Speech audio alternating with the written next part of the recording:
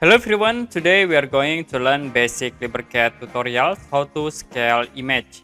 I will create new drawing and we need to insert image into this drawing. Go to file menu, click import and insert image.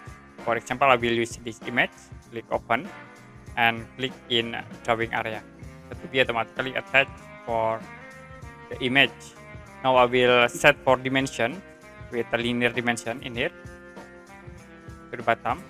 You can see the size of this image like 1000. So if you want to make lower or resize this image, we can use scale tools. You can select these all objects and then I will use scale in here. You can click.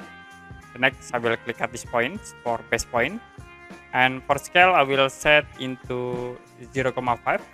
So it will be automatically set into 500. Click OK, and you can press middle mouse to zoom extend. So you can see the image will be automatically changed into 500. So we change again, like I will select this image. Okay, you can select the image and use scale tools. I will set in this point for base point, and we scale again into 0,5. Okay, and the image will be changed into 250.